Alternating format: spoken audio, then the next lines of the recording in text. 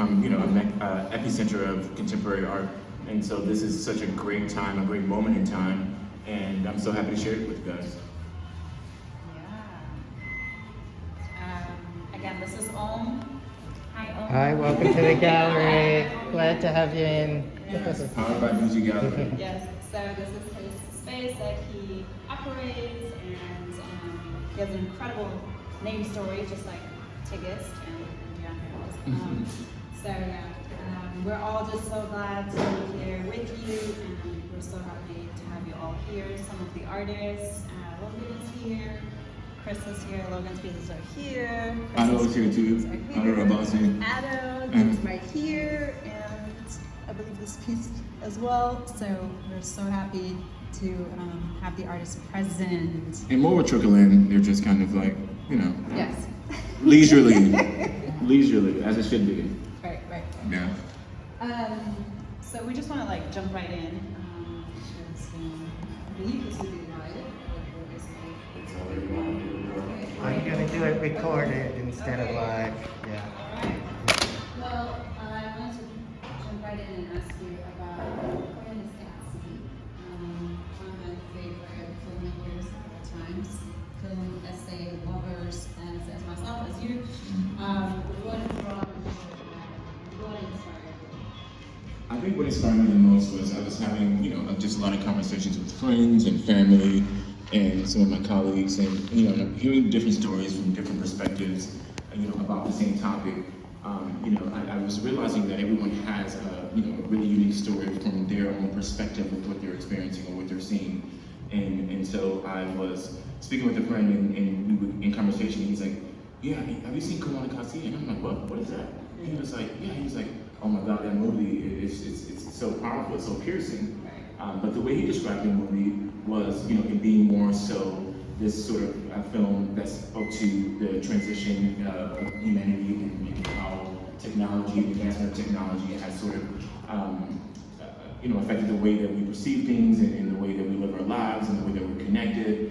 And, you know, he also, you know, was speaking to the fact that, you know, we have done so much deforestation. So he was speaking from a climate change standpoint, from a, you know, just a lot of the components that he was speaking to were sort of the physical effect that we have on the environment, And, you know, when I wanted to see it, I was like, this sounds really interesting, it sounds like a documentary, it sounds really enlightening, and so, you know, it's like, I'm gonna check it out. And so when I finally got around to checking it out, I was actually at my mom's place in Houston, Texas, and I'm sitting with this big screen TV. I'm like, what do I watch? I'm like, I don't like to watch TV anymore. So I was like, I can't find anything to watch. And I was like, oh yeah, my friend told me to watch Koyaanasqatsi. So I ordered it on Amazon, and I'm sitting there watching, and I'm like, oh my God, like, first of all, the music, the soundtrack for the film, I just thought was so moving and so piercing, and I was hearing sounds that I don't feel like you hear in today's music. And so I really got interested in sort of like looking into the credits of the album and who, you know, who was the ensemble, who directed this and who came up with this concept. And you know, there are a lot of instruments that were played on that soundtrack that you just don't hear anymore. People just don't even appreciate those type of sounds anymore. And so, you know, I said, I want to bring some awareness to this film because I feel like we're at a place in society where we're being sort of bamboozled and overloaded and overwhelmed with imagery and with, you know, overconsumption and with the way the news presents news. And I wanted to sort of like, you know, dig up this gem and present it through the lens of contemporary artists. And so, you know, each and every artist in the show is speaking to their own life. And, you know, and it was my job as a curator to find harmony within all of these narratives and all of these stories and bring it together and present it to the world. Okay. So. Well, can you just, it's called Koyaanasqatsi, but what it actually means is like Life out of balance. Life out of balance. And I think we all in this room have experienced life out of balance in 2020. So what inspired you to bring these particular artists together for the show? It's really interesting because I wasn't more so like leaning towards, you know, the art. I was leaning towards the stories that I was hearing from the artists. Some of the artists I had already known before, you know, I came up with the idea to do this exhibition. And they all had just like really compelling, interesting perspectives about life. and a lot of it comes through their work. And also some of the artists that I met them through friends of friends, or I was out at a pop-up, or I was at an opening, and as I got to speak to them and talk to them, I'm like, okay, like I don't even know what their work looks like, but it's this damn good conversation. So I'm like, I'm pretty sure it'll be interesting to add their perspective to the narrative that I'm presenting with this exhibition. And so it just started to organically come together. And each and every single person in the show, like I can go on vacation with, I can sit down and have a coffee with, I can have a glass of wine with. It's actually a really interesting, it was a very interesting evolution of this whole concept, because I got to know a lot about myself and about the people that are living in LA, because I've only been here for 2.5 years, and the first year that I was here or more, it was COVID, so I wasn't out engaging as much as I normally do when I was living in New York City. And so I was really compelled by their stories and the type of things that they were expressing through their art. I'm like, okay, like I want to see more, like I want to know more. And so I just hopped on email. I'm like, send me this and that, send me your PDF, and I just started looking through things, and I'm like, oh my God, this is just all coming together, because everyone is a part of Qatsi. Everyone has a story to tell. And so, like I said, it was just my job to just find the harmony within these stories and bring it together and present it. Curation is so much like the work of a historian, like bringing things together, all the ingredients, right, for the recipe. What was your process like? So what was like the first artist that you approached, and the second, or like what was it in particular for this show? Because I know this is not your first show, right? It's definitely not your last show. Right, definitely not the last. Tell you that much. But it's interesting, because the first artist that I reached out to was a friend of mine, but I reached out to him for everything. His name is Paul Scully. Unfortunately, he's actually in New York right now, so he can't be here. But when I called him and I said, I'm gonna do something on Qatsi, I wasn't expecting him to like be as familiar with the film. And he's like, he called me like immediately, and I was on the phone with someone else, so I couldn't answer. And he like sent me a text message. He's like, oh my God, like can't say what he actually said, but he was so excited because he had seen the film, he was familiar with it, and he's like, I have works that that I would like to present to you, and hopefully you'll be interested in in bringing it as a part of the narrative.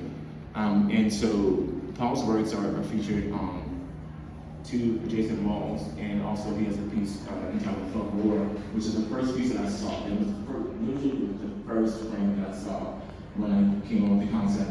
And I was like, this is a really political statement of the way that he campaigned it, and the way that the clothes he used, like neon colors and the sort of fluorescence. It's kind of like, it's a very sort of like, I want to say like a very like a really big statement to say like America is over, to say fuck war. It's a very political statement, but the way that he paints him, the way he presents him, it feels almost like like lighthearted. It feels, I want to say like there's some empathy to it. It's sort of like, it's a strong statement, and it's like, I mean what I'm saying, but it's also sort of just kind of like, I still love America, but unfortunately this is where I am when it comes to the way that I feel about how polarized, everything is in America. And, and I like the way that the bright colors sort of like, spoke to this sort of like vulnerability, which I felt like we sort of suppress a lot in America, with so much, war and, masculinity, and just like, we're just like war, win or lose. Like, I think it's really important to sort of like, also, showcase some vulnerability, and so he was like, whatever you want out of my entire catalog, you can have. He said, but I think you should take these. And so I went through his catalog and I picked a few out, and he was the first one. And then after that, I continued to, search for artists that I thought would be good for the show, and I started to tell some friends about the concept, and they started to present me with different artists. And then I have a friend whose name is Logan Alton. He, I knew he had done a lot of work that sort of like had a lot of like really interesting design elements to it, and also used a lot of interesting materials, and so I was kind of like, okay, like this will be someone that I can have that would sort of like give to the give a lot of design and really creative elements to the show, because I wanted, as much as I wanted to be like, piercing and informative and enlightening, I also wanted it to be like visually stunning, and I think that he does a really great job when it comes to, building things that just have like this really sort of unique craftsmanship to it. And so I think the third person, I don't remember, but how am I remembering it? When I met Mark Eden, I was at a pop-up, which I think I saw you at as well, and it was in West Hollywood, and we had like a mutual friend, and I just started talking to him, and the way that Mark speaks, you can tell that he's like very sophisticated and educated, but it's also, he's not trying to make you believe anything. It's sort of like a very laid-back quality that's sort of like, you know, you can either like me or not, you know what I mean? He's not trying to conform for these different audiences or different people. Exactly. And so from that, I was like, I want to see what, I already wanted him to be a part of the show before I saw his work. And, you know, because I was like, I really think whatever he has to say is going to be interesting to add to this, you know, this narrative of Qatsi that I want to speak to. And so from that, you know, I remember going to the Koyaanasqatsi studio, and I was like, oh my God, I was obsessed with her because I had seen her work at the pop-up in West Hollywood, and I'm like, oh my gosh, she just has this like really cool like Renaissance era feel to her work, but it's also, you know, it's realism, but it's also sort of romanticism. It's, you know, it's desire. It's, you know, it's sort of provocative in certain ways, but it's also very vulnerable, and it speaks to, you know, the Latin community, which I don't think, you know, the contemporary art space, you know, speaks to enough. And so I thought, you know, I want to add that to the narrative as well, because there's, you know, LA has a very high density of Latin people, and so why not? And while I was there, I also met Ingrid, who was actually in the show. She has a piece called Duality of Life, and, you know, it was speaking to mental health, it was speaking to the dichotomy of life, and, you know, and having like the spectrum of the way we feel about things, and also sort of understanding the sort of ultimatums that are always presented in life. And so, you know, and she's also from Haiti, and I love the Haitian culture. Love. I think there's some of the best, most talented creatives out there, because at the end of the day, what creativity is having unlimited amount of resources and pulling together the things that you have and presenting something that's, you know, really striking. And so, I was like, all right, like Haitian, kind of Latin, Latino, I was just like, this is great. And I was like, I got some brothers in here, and, you know, and I was like, I got some friends in here, and so, you know, it just all started to just kind of flow and come together, and, you know, and I knew that my buddy Chris Rocket, who, you know, typically works with Maddox Gallery, with Carla Funderburg, he's someone who I have worked with before, but he also is someone who speaks to a lot of sociological, you know, issues a lot.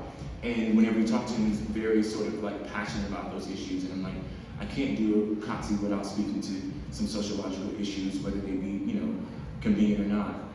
So he had that little touch in there. And so, you know, it just sort of organically came together. And, you know, I'm really proud of the way that I developed the show, but I'm also proud of the way that the artists responded to this idea. Yeah. And we're just so proud that you responded to this whole theme.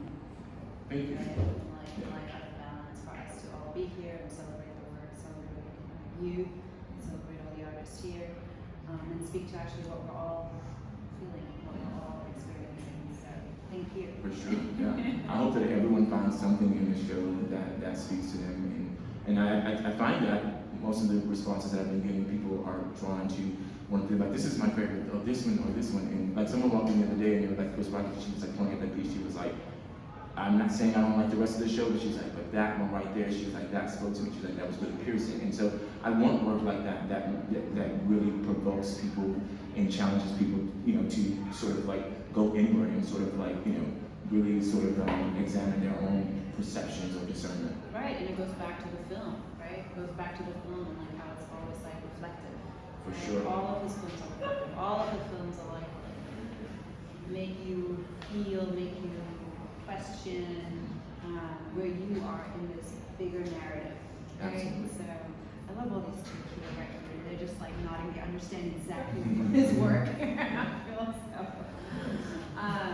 so yeah, it's interesting how it all kind of like weaves together as one.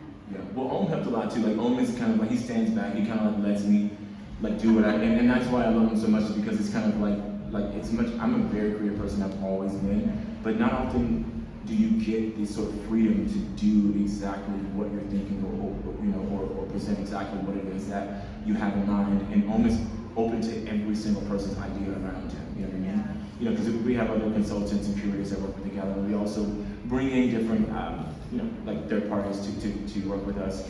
And he's always sort of open to taking risks. And I think that's so important because, you know, you can't, you know, unless you take risks, you're always going to, you know, have the low-hanging fruit. Right. And you know, even though you're taking risks here, it's not over the top. Right. You know, it's not one of those galleries where you're like, oh no, it's so loud, I just want to run out, right? Exactly, yeah. Like you want to stay here, you want to get to know the artist, you want to get to know like what are we seeing, what are we experiencing, what are we feeling, what's going on here, and then within that, like there's a whole conversation. So For sure. which is really nice. And, you know, I was here with nobody here except for me and home, and it was really nice just to see like, okay, every certain piece speaks to each other. And in a way completes each other. And I feel like that's what we all do, right? We're all one and we're all completing each other. My friend over here was mentioning earlier, and I think that's what it is about, right? For sure. Coming back to balance. Absolutely. I mean, the way that I place the works, I spent a lot of time placing them and showcasing them in a way that they spoke to each other. Like, especially with Martin Beaton's works, I love his work and his craftsmanship, and so we had this, you know, this gold, one gold piece and one silver piece, and they had on the front of the piece, and they're repurposed surfboards, but they also have, he builds them with redwood as well, and you know, and a redwood tree is, you know, they go back like 2,000 years. We have redwood trees they're still around, they've been around 2,000 years, and so, you know, that element of sort of bringing this antiquity to your craftsmanship, I just think is amazing. And so I was like, I want them to always look at each other, so I literally placed his two pieces directly across from each other so that they can always be together. Yeah. What was so interesting too, and this is kind of like wild, Owen showed me that when you look onto the rocket, you can see Indiana's. All right. And I feel like a lot of that is happening here, right? You see the mirrors, obviously, you know, the mirror. We see ourselves, right? And Exactly. whatever comes out, however we're confronting with that, It's right? the selfie, for sure. Right. But then also this piece over there in the very back. And the United States of America, right? Like we're all here, divided, united. Absolutely. We're yes. here. Yeah. And I wanted, when people walk in, I wanted them to sort of have these political statements around, because I almost want you to feel like you're walking into a protest. Because it's sort of like a protest is what it is. It's like all these different ideas, all these different. It's like the ideology divide. And so when you walk in, you're sort of you're walking into a protest because you have all these narratives, and sometimes they do clash. And that's what the ideology divide is. And so what I did was I placed Toast to the Gods literally symmetric with the entryway. So he has a piece and it's like split right in half. And I feel like it speaks to, you know, the ideology divide. It's kind of like, you know, we have two sides, and literally, because they contrast, it's like we can't have peace because it's just two divided ideas and perspectives, and there's no way to bring them together. And so, you know, I thought that was a very interesting topic to sort of showcase, like as you walk in, you're like, there's a divide. Yeah. When you figure it out, yeah. Okay. Well, let me stick to the program here. In what ways did you assess the cinematic effort in relation to contemporary art and its practices? It was, a lot of it was like just the experiential sort of nature of the film. Like I just thought that, you know, he did it in a way where like he wasn't trying to Godfrey Rizzo, the director of the movie, he never tried to persuade you of anything. He just sort of like, you know, gave you this like frame for frame sort of catalog of images, really stunning images, and just, you know, and had this really amazing, really sort of, I don't even know how to describe the soundtrack. It was just haunting in certain ways, but, you know, because it was a non-era film, the music was heavier, you know, because you were trying to find meaning in things, because that's what we do as humans, we try to find meaning in things, but in it, because he wasn't really offering you meaning, you know, you had to sort of like, you know, put your own, search for your own interpretation of it. And so what you were, you know, doing naturally was going inward, and you were presenting whatever conditioning that you've had onto this film, and you know, and there's nothing wrong with that, but you know, it's interesting because I feel like when it comes to art, it's kind of the same thing. Some people don't really have the sensibilities to understand art the way that others do. And you know what I mean? And so when someone comes in and look at it and they're kind of like, you know, they're interested in a certain piece, I'm kind of interested as the curator. Why are you interested in that? Because it kind of tells me about where you are as a person and how you feel. And it's not that I have anything against it, or it's not that I'm trying to challenge what you feel. It's just I'm still learning myself about the people around me, and I find that it's very important to continue to open myself up to different walks of life. You know what's so interesting is because the film itself opens with the same image as it closes, and I feel like that's what we're doing here. Exactly. Opening up the question and at the same time closing it. Definitely. I wanted it to have closure to it. I didn't want for people to feel like it was over, but I wanted to feel like, you know, you have some closure to it. I mean, I studied creative writing as well. I studied journalism and then I specialized in creative writing. So, you know, as a writer, like you typically are, you know, you're trained to like, you know, create a beginning, you know, and then, you know, a body and then create an end. So with everything I do, that's kind of like, because I've done it so much, I mean, I wrote so many papers in college that it's still a part of me to this day. It's the way that I process things, it's the way that I develop things. And so, you know, as a curator, for the rest of my career, I'm always going to sort of like look to sort of bring closure, but I want it to still be something that you feel like you're walking away and you're still searching for more answers. And maybe you'll go dig and do some of your own research and come up with your own interpretation of what you just saw. Yeah, I think that's always the number one thing, when you evoke actually more questions than answers. Exactly, and that's exactly what the film did. What the entire trilogy does, it's exactly what it does, and I think that's the most alluring thing about it. Okay, and the curatorial statement, you've mentioned exploring the pure physicality of materials through fundamental elements of design. Would you speak to that? For sure. I think that for the most part, as much as I want the works to, you know, speak to certain issues, and you know, I want them to speak to certain political moments, and I want to sort of like have this sort of, you know, I guess I want to say they represent a space and time. I also want them to be in a physical shape to make you feel and believe something that you didn't feel and believe before you saw it. So, and just going back to Martin's work, you know, him, the type of, you know, things that he's using to make his art, none of them are conventional, you know what I mean? And there are also things that are readily accessible, but it's like it takes a certain creative mind to understand how to put these things together and present them in the way that he did. So, you know, and that's within all of the art that's here, but more specifically, his work, and that's why I have it literally, I framed Koyaanasqatsi with his works, because it definitely speaks to that physicality that I was wanting to represent with this collection, with this exhibition.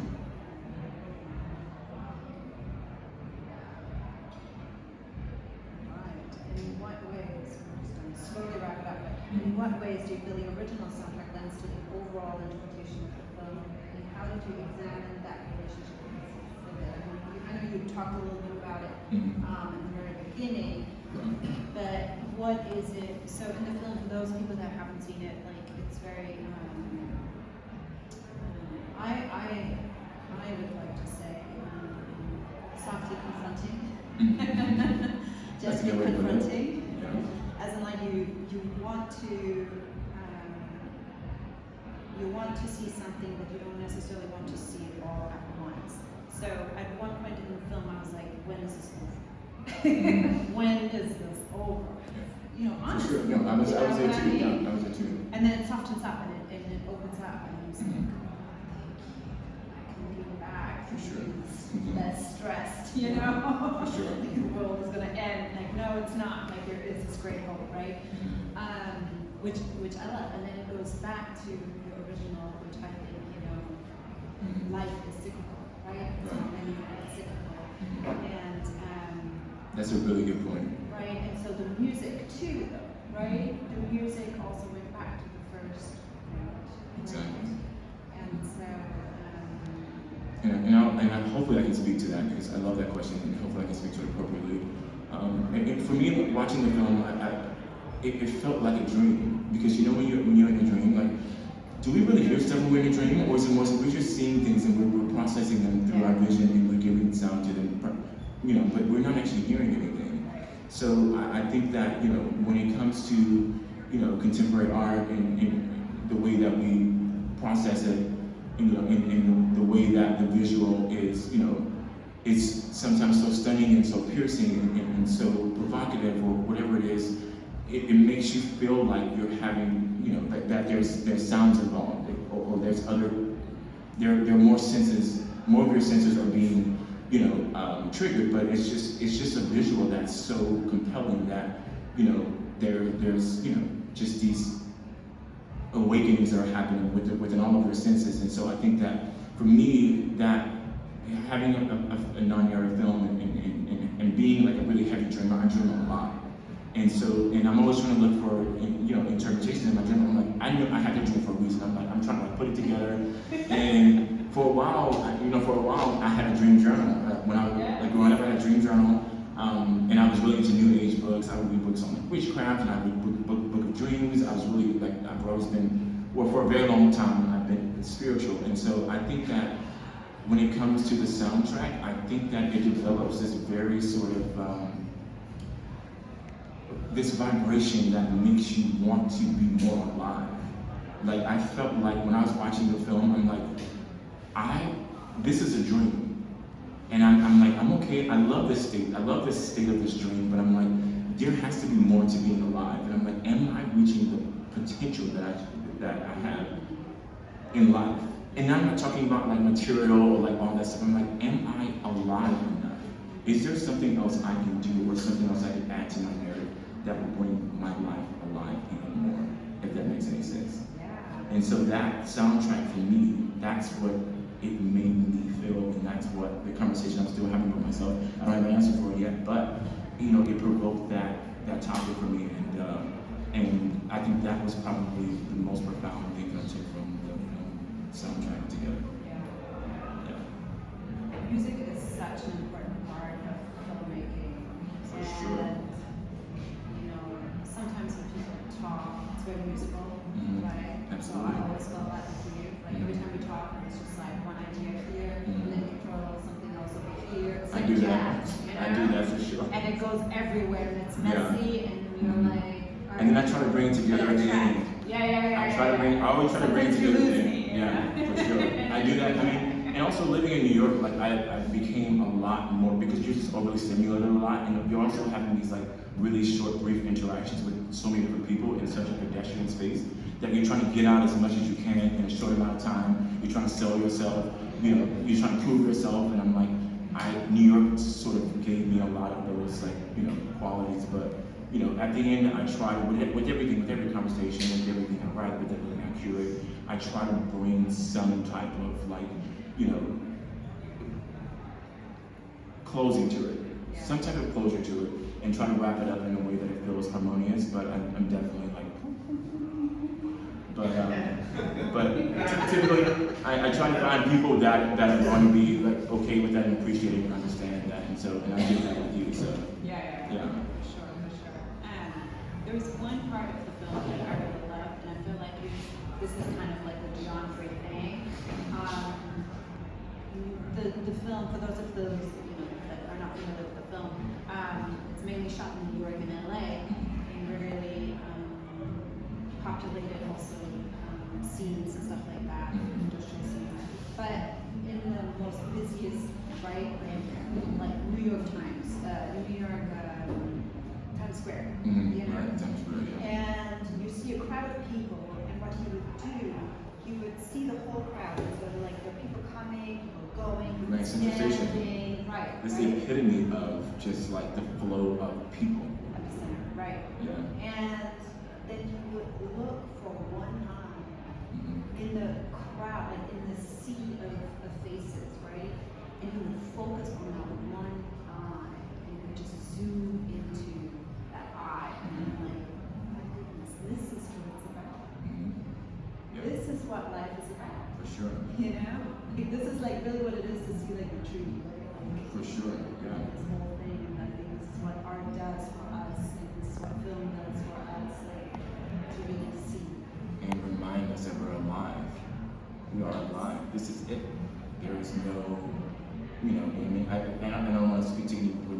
like that, but like this is it. You know what I mean? Whatever's after this is not it, because this is it. So you know, I think that it's important to watch films and things that like make you feel more alive and challenge you to do more to live to your highest potential. For sure. Well, thank you. Well, thank you. I appreciate it.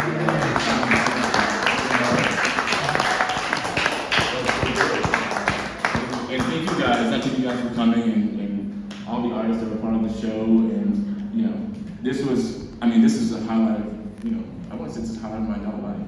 I got some good memories of the child, but this is a highlight of my adult life for sure. Because I think that it was something, like I said, only gives you the stage to sort of do things that are more obscure and more experiential, and that is who I am as a person. So anytime I get a chance to do that, it's going to be memorable. And so this is just, I guess, part one.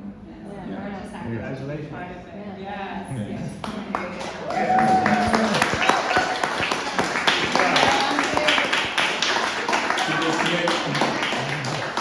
Together again.